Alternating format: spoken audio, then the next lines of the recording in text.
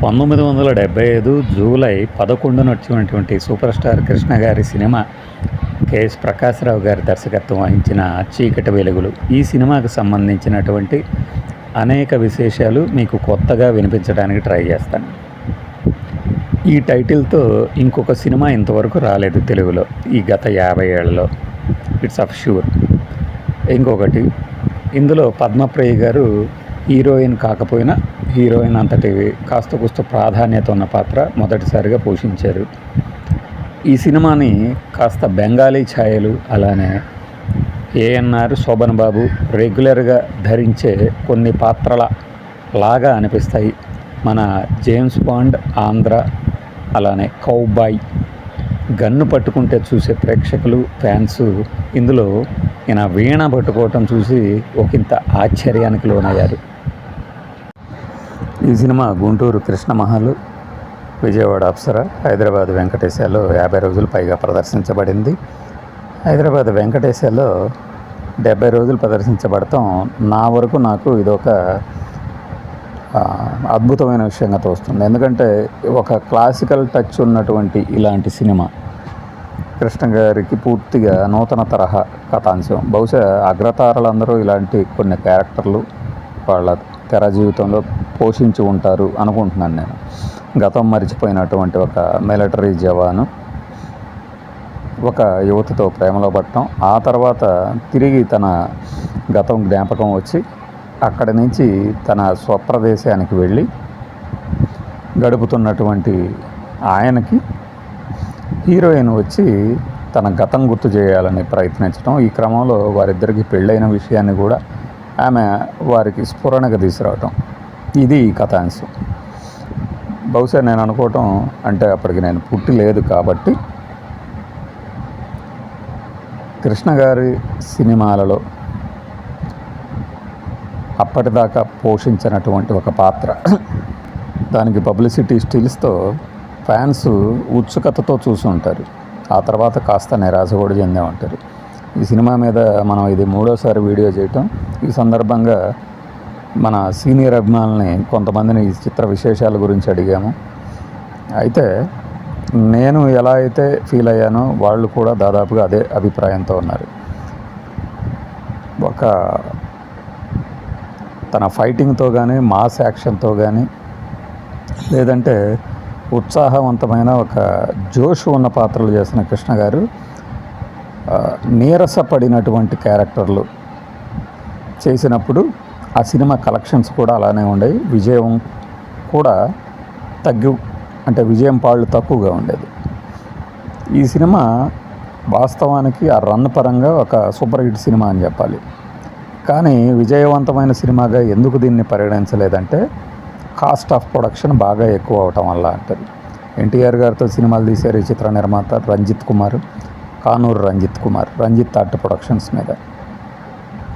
దీనికోసమనే కృష్ణ గారు కాశ్మీర్లోనే ఎక్కువ భాగం షూటింగ్ జరపడం జరిగింది. కృష్ణ గారి సినిమాలన్నీ ఊటీలో ఎక్కువ జరుగుతాయి, కానీ ఈ సినిమా వరకు మనం కాశ్మీరం తాలూకు అందాలు కూడా చూడవచ్చు.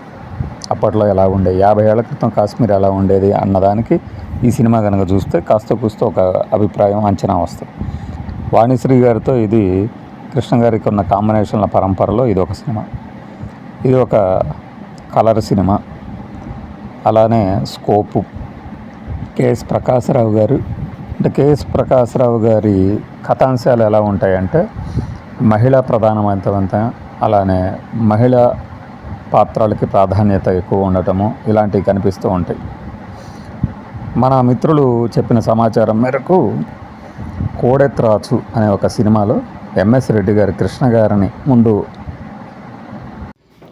కోడెత్రాచు సినిమాకు సంబంధించి ముందు హీరోగా కృష్ణ గారిని తీసుకోవాలని చెప్పేసి డైరెక్టర్ గారు అనుకున్నప్పుడు ఎంఎస్ రెడ్డి గారు కృష్ణ గారిలో అంతటి నటన ఉంటుందని నేను అనుకోను అని శోభన్ బాబు గారిని ఫిక్స్ చేసుకొని ఆ సినిమా తీయటం.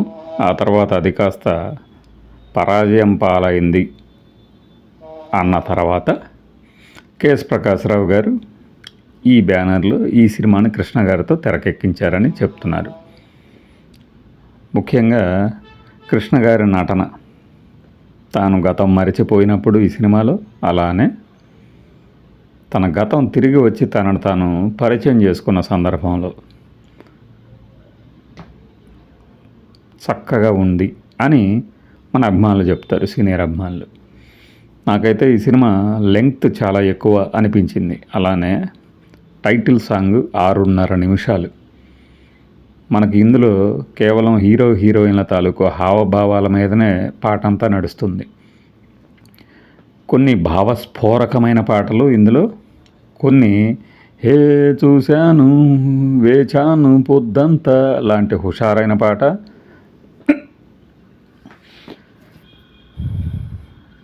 కొన్ని అసలు సాంగ్లోనే నాన్ సెన్స్ అని వస్తుంది, అలాంటి ఒక నాన్ సెన్సికల్ సాంగ్. అలానే సెలవు మీద రావయ్యా సిపాయి అనే ఇంకొక పాట. వీటన్నిటిని మించి నాకు మీటి చూడు అని ఒక లైన్తో పాట ఉంటుంది. వాణిశ్రీ గారు తన గతం గుర్తు చేయడానికి పాడే పాట. ఈ పాట ఇదే ట్యూన్ని అసలు ముందు చీకటి వెలుగులకి సంగీతం ఇచ్చినది చక్రవర్తి గారంటే ఒక పట్టాన నమ్మబుద్ధి కాదు మనకి. ఆయన ఎంత మెలోడియస్ ఇస్తారో అంత మంచి క్లాసికల్ సాంగ్స్ కూడా బీట్ సాంగ్స్తో పాటు ఇవ్వగలరు అనడానికి ఈ సినిమా ఒక ఉదాహరణ.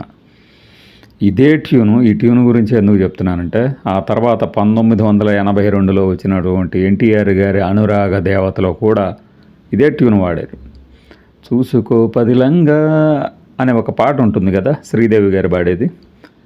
ఆ ట్యూను ఈ ట్యూను అసలు చక్రవర్తి గారి ట్యూన్లు ఒకటే ట్యూన్ని ఎన్ని హిట్ సినిమాలకు ఇచ్చారో గతంలో చెప్పుకున్నాం.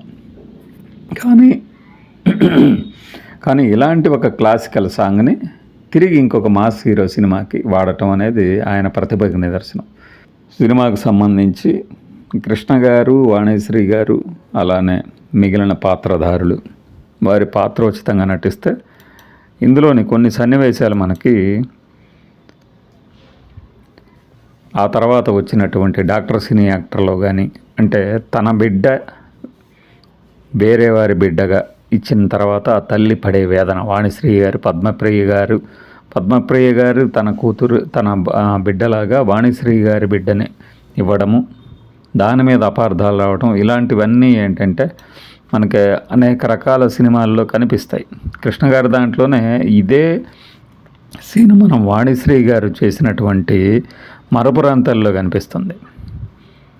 ఇవి ఒక దానిని పోలినటువంటి మరొక సినిమాల్లోని సన్నివేశాల కింద చెప్పుకోవచ్చు. చీకటి వెలుగులకు సంబంధించి ఒక మంచి దృశ్య కావ్యంలాగా మలచాలనుకున్నది కాస్త క్లైమాక్స్కి వచ్చేసరికి అదంతా తేలిపోయి ఒక మామూలు ఎండింగ్తో లైటర్ వేన్లో అయిపోతుంది. ఒక ప్రేమనగరం, ఒక మేఘ సందేశం, ఈ స్థాయి రావాల్సినటువంటి సినిమా అంటే ఈ రెండు సినిమాల మధ్యలో వచ్చింది ఇది. ఈ సినిమా కాస్త అలా లైటర్ వేన్లో తేలిపోయింది. అది కాక కృష్ణ గారి అభిమానులు పూర్తిగా మెచ్చని సినిమాగా కూడా దీన్ని చెప్పవచ్చు మనం. ఖచ్చితంగా 50 ఏళ్ళు పూర్తయింది ఇప్పటికి. జూలై 11న విడుదలైంది, 1975న. ఇది చీకటి వెలుగులకు సంబంధించిన ఒక జ్ఞాపకం. బై.